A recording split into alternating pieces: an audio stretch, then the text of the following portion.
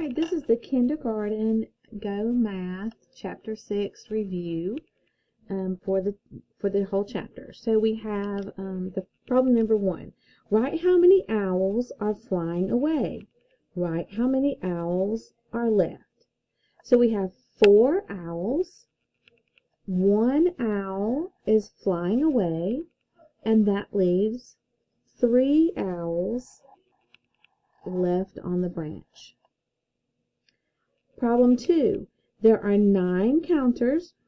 5 of the counters are yellow. The rest are red.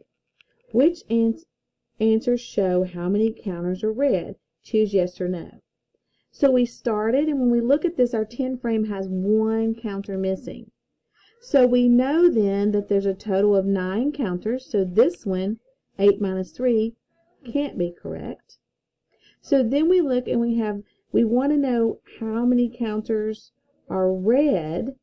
So that means 9 minus 1. No, 9 minus 1, that doesn't give us all red counters left, does it? If we just take away 1 counter, we still have red and yellow counters, so that one is not matching our picture. So let's look at this expression. 9 subtract 5.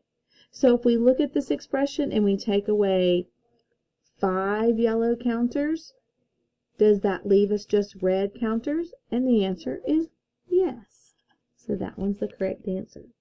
For the third problem, model a 5-cube train. 2 cubes are yellow and the rest are blue. Take apart the cube train to show how many are blue. Draw the cube trains, trace and write to complete the subtraction sentence. So we have a 5 cube train. Here's our 5. And it tells us that 2 cubes are yellow, the rest are blue. So we're going to take our 2 yellow cubes away. There they go, they went away. And now how many cubes are left that are blue?